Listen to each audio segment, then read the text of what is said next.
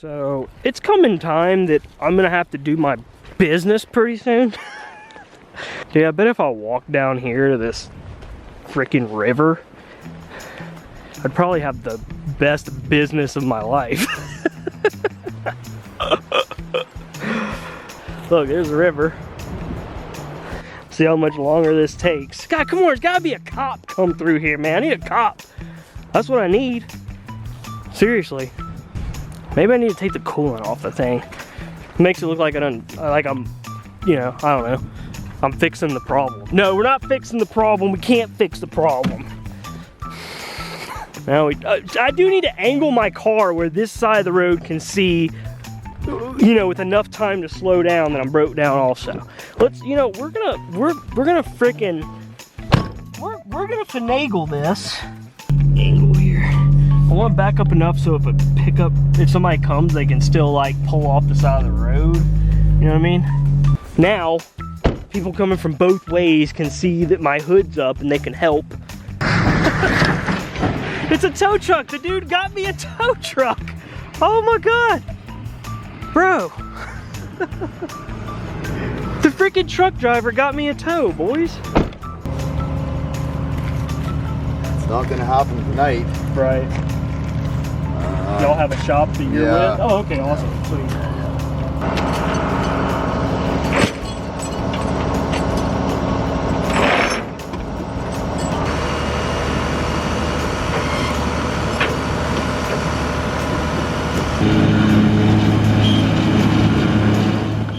So guys, do you remember when we were driving and I said, hey, Charlie's Towing or whatever it was in Tire Shop? This is Charlie. Yeah. Or this is his shop. I'm assuming that's Charlie. He seems like he's Charlie. He just has an owner vibe to him. Like, he's just like no nonsense. But he did say I could stay on the yard, you know. I was like, you don't mind if I stay in the car, do you? I was like, I mean, I'll get a motel if I can. He's like, there ain't no motel close around here, so just stay in your car if that's what you want to do. And he dropped me off here in his yard. And as you can see, it's a yard with all the stuff. He said, I'll get to it tomorrow. And I was like, okay, because I guess he can't get to it today. He said, there's a big line ahead of you, but I'll try to get to you in the morning. He's going to try to help me out, you know, probably some of these vehicles might be locals and stuff, you know, and so he might try to move me ahead of a few people or try to get me out of here since he knows I'm traveling and I'm stuck here now. I do have food and water in here, so that's good. I don't know what time in the morning. I'll just be up and ready at, you know, I don't know, 6, 7 a.m. I guess. I have no way to tell anybody that I'm good, like friends or family or anything, because I still have no service where I'm at. This isn't even really like a town. He was just kind of right up the road. Maybe 5 kilometers. I might have been able to hop, skip, and jump this car up here. I could have probably avoided the tow bill, but I didn't know it was this close. I just saw a sign that said Charlie's Towing, but I don't know where it's at, bro, you know, so yeah. Oh well, it's fine. He said somebody called from a phone up here in town or whatever. Actually called him. So either the truck driver that I asked, you know, could you help me? He either stopped here and got somebody to call, or somebody else that passed called. I don't know, but I asked the tow truck driver. I was like, so was it a truck driver that called you? He's like, I don't know. Somebody just called me and told me that you were broken down and needed help. I was like, it probably was the truck driver. That truck driver saved me, dude. To the semi-truck driver at Springfield, Missouri on your door that saw a little long-haired hippie-looking dude in a Ford Focus broken down in northern BC in the mountains. Thanks, man. I appreciate you very much.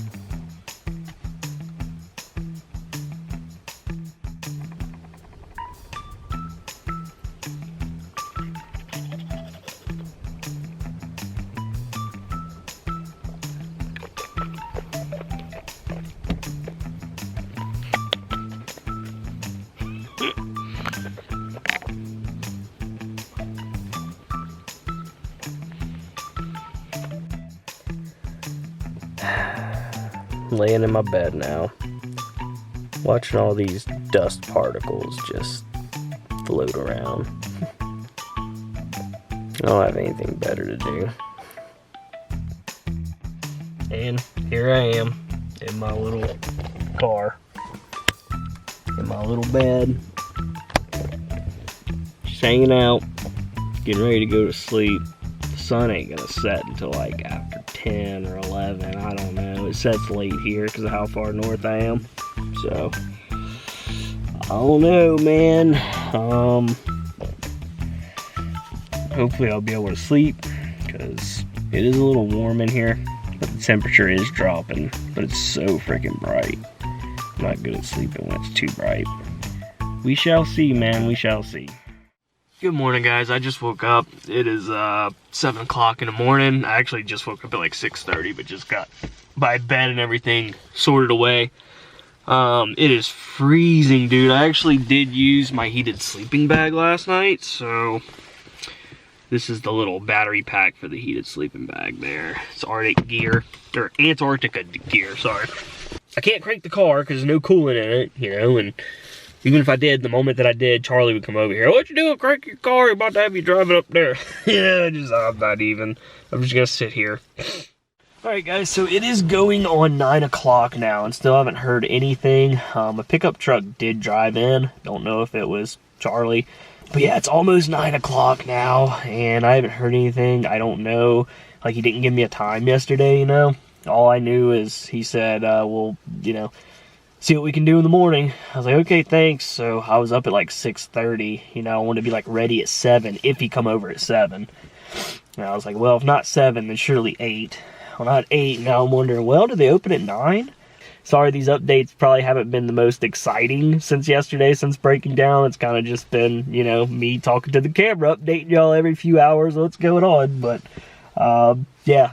Here we are, boys. Here we are. I'll keep y'all updated again. Hopefully the next update is, you know, my car in the shop or me driving down the road and getting going again. Oh, she's going into the shop and his dog came following him over here. And I'm like, hey, puppy. And he's getting in my car to go take it into the shop. The freaking dog pissed on my tire.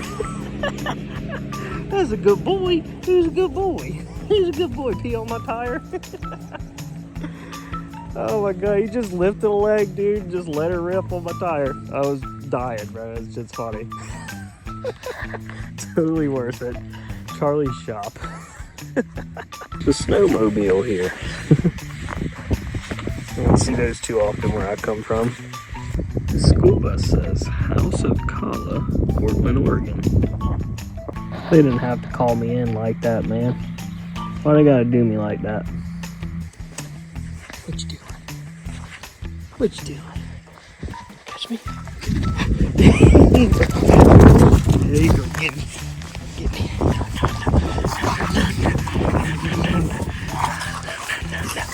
No. You ain't gonna get me. You ain't gonna get me. You got me. Okay, you got me. Alright guys, so we got some good news and some bad news. The good news is the car's fixed. Took them 2.5 hours to do it. They also noticed an issue with my brake line rubbing against some metal of the caliper, and had to fix that before, you know, I had something really bad happen going down the highway. So maybe having the coolant hose bust on me was a blessing in disguise for them to catch the brake line rubbing against the metal of my caliper, which could be a really bad thing. You could lose your brakes if it cuts through the brake line. The bad news is it was way more expensive than what I thought it was. I'm kind of upset about how expensive it was. I was assuming that, you know, a coolant hose, and then they had to take off my wheel and, you know, readjust the caliper and everything, the brake line and whatnot. I just figured, you know, $200-300, maybe $400 at most. Literally, I was telling my buddy, I was like, I thought maybe $300 to $400 at the most for this, right? Including the tow as well, you know? It was $700 US, bro. 700. It was 943 CAD. That's a lot, boy. That's a lot. $700. 700 bucks, man. 700 bucks. What you get for taking a beater to Alaska, right? Here we go. Guys, while I was sitting here, you know, drowning in my sorrows, driving in silence, thinking about I just paid $700 for a coolant leak, I saw 2 black bears. And now I just turned around because I'm gonna go show y'all. I'm trying to slow down so I have enough time to slow down to see them. Here they are. Here they are.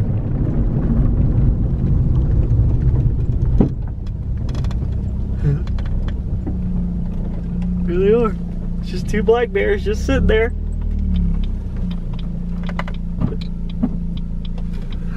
Holy crap, dude. Oh, they're running. Holy crap, it's 2 black bears, man. What you guys doing out there? Huh? Hey, what y'all doing? Old days American, Southern American ass out here. What y'all doing out here? They ain't scared, dude. They're sitting there foraging in the grass. He said you'll probably smell a lot of coolant burning off the engine because y'all know I had coolant all in here. I was like, yeah, I know. I don't see any coolant anywhere leaking. My coolant is filled up. I don't even smell any right now, honestly. I think it all must have burned off. I don't see anything bad. So that's good. It seems like the coolant is not leaking and it is fixed. Freaking focus, man. I can't believe, dude. Y'all, I can't believe it was $700. Before y'all say anything, I know I got ripped. I know, but what are you gonna do? What am I gonna do? I'm out in the middle of nowhere. It's the only shop I had. You know what I mean? Like, I gotta pay it. Like, what am I gonna do? You know, am I gonna argue? Am I gonna be like, oh, I'm gonna take it down the road to Jerry's down there? You know, it's like, what do you do? There's nothing you can do. So I had to pay it to get on the road. You know, it's the work they did. That's the labor they charge. Maybe it's I mean, I know generally you pay more in the middle of nowhere, you know, because they're the only place in town. You know, obviously you're not gonna get a city rate. So what are you gonna do?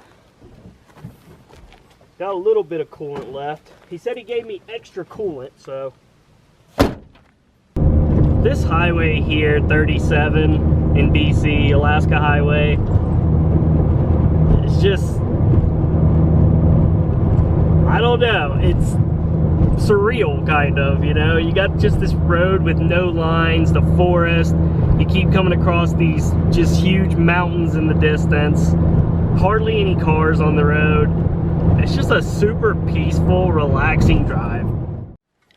I just had to stop to see this, y'all. Holy crap. Wow. That is just epic, dude. I think I gotta get the drone out for this.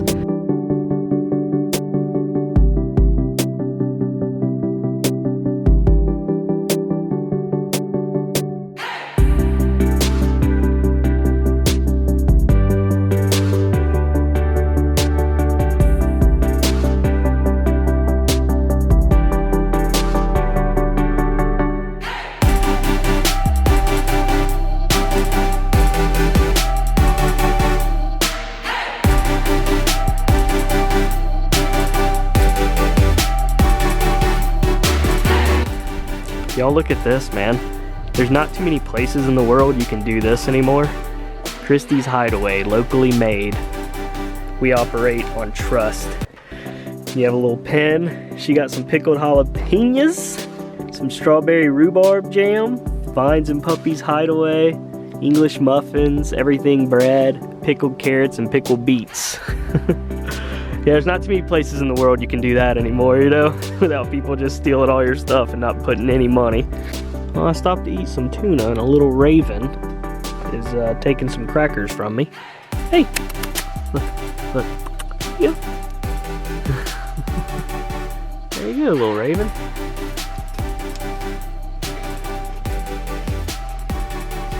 This is my survival food that I'm cutting into. Guys, we're only 30 kilometers from Yukon. I'm so excited. Don't ask me why I'm excited. I have no clue what's in Yukon. I don't know. It's just, I've been in BC for a long time now and going into a new province and, you know, the Yukon. I never thought I'd go to the Yukon. I think it's cool that I'm about to cross the border into the Yukon. Let's see if there's any grand entrance or something to the Yukon, or if it's just little signs like, welcome to Yukon. We'll see, I'll show y'all. Guys, this whole area is just miles and miles and miles of burnt forest. Like, it's all just completely burnt forest. And I stopped at this little pull-off next to the water.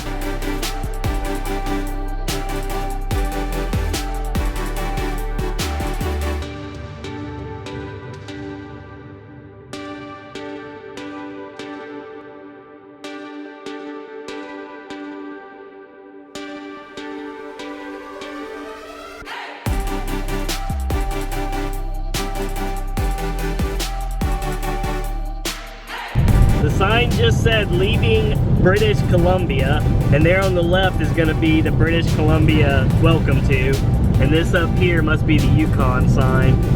Let's see. Oh, actually you can pull off here. Yeah, it says Yukon. Oh god, I done jack botched that all up. I gotta back up. I gotta back up. Nobody's coming, dude. It's so desolate out here. I knew nobody was behind me. Oh, there we go, guys. Larger than life, Yukon. All right, just for y'all and for a cool picture, I'm gonna get my camera wet and I'm gonna set it up for me a picture of the Yukon sign. I'm hurrying because my camera's not waterproof, dude. Oh, there's a rock here for setting up your camera. Yes, yes, yes. Okay, here we go. Here we go.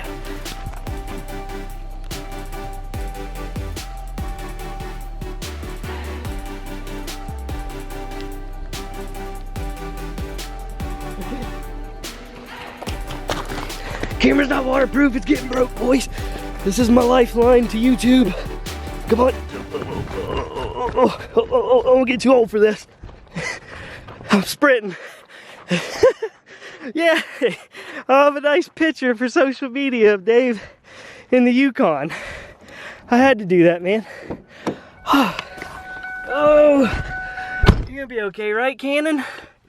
Woo, let me wipe her off. I'll be back later. Oh my god, guys, look at this. It's like I'm just driving into nowhere, dude. It's so wild.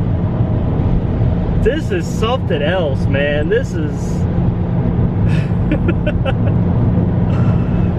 You know, guys, let me tell you something.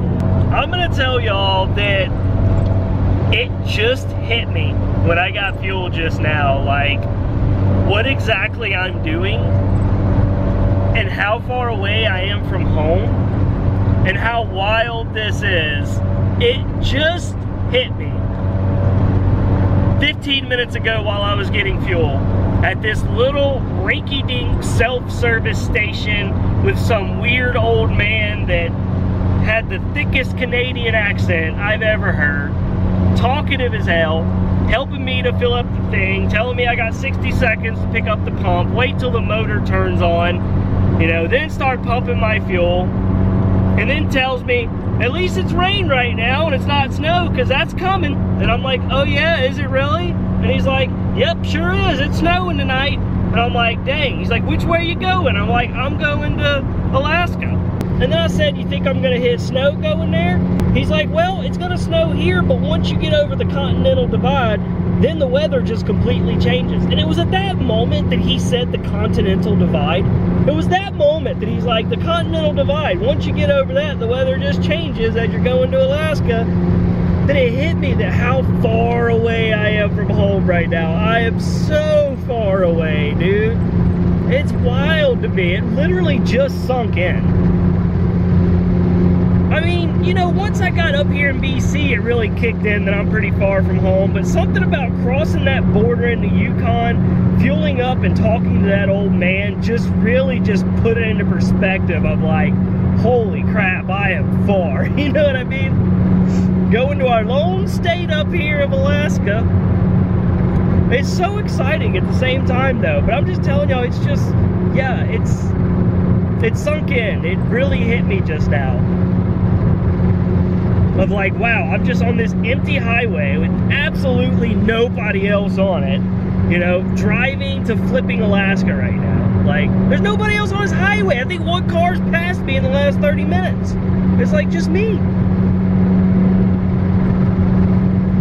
But yeah, it just hit me, what I'm doing, how crazy it is in this little car of all things. And hell yeah, that $700 bill is on me, considering I decided to take this car with dry rotted coolant hoses, you know? It's just, yeah, it's something, man, it's something. I will say it's cool though, because I think it's an experience I will never forget. I'll never forget the rest of my life that time that I drove a little beater car 4,000 plus miles to Alaska, through North Dakota, through Canada, through Alberta, Saskatchewan, BC, the Yukon, and into Alaska, man. In a little bitty car, man. It's 22 years old, cheap as hell. I don't think I'll ever forget this, man. I don't think I'll ever forget this. This is something. I'm not even there yet, and I'm already like had so many memories of just, man, this is cool, you know? I'm so glad I did this. This is the reason I wanted to do this. It's the reason I decided to drive rather than fly. I wouldn't have that same feeling. I'm sorry, but flying, I could have flown for $350 to Alaska. Rented a car there and experienced it. But you know what? It wouldn't have been this. I wouldn't have talked to that old weird man back there at the gas station that taught me how to pump the gas. I wouldn't have talked to the two old guys that were going down to Denver because their granddaughter was having a baby. And they were asking me about my drone and how it worked and when I was flying it to show you all the mountains and stuff. I wouldn't have had that interaction with those guys. I wouldn't have seen the black bear. I wouldn't have seen the black bear. All I'm saying, man, is this has been neat. This has been cool. No matter how much money it ends up costing me in the end, or hardships or whatever, I think it's something that I'll just look back on and be like, I'm glad I did that. I don't think I'll ever look back on it saying, hey, you know, I spent $2 grand to repair the car and, you know, $5 grand on getting there and back and everything else. That was the worst decision of my life. I think if you're ever gonna spend $5 grand, $7 grand, $10 grand, make it doing something like this, man. You know what I mean? Make it doing something like this. Make it worth it. You know, that 7, 8 grand, whatever it's gonna cost me at the end of the day doing this could just be sitting in my bank account and collecting dust, whatever, dude. I don't have no kids. I don't got no wife.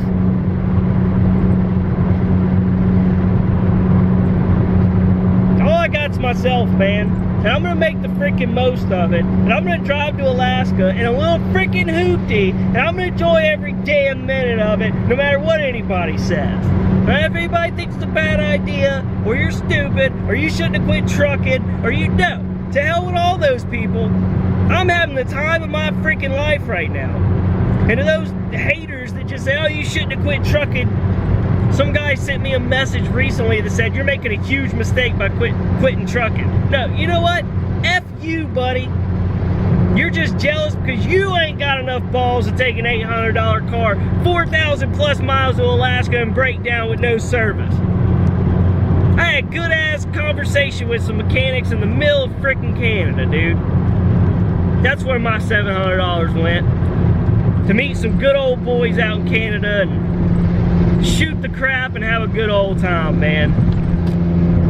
That's the way I'm gonna look at it from here on out. Yeah, I got ripped off, but so what? So what? That's what happens when you break down the mountains with nobody else around. You gotta get fixed up. You're gonna get ripped. Just the way it works, man.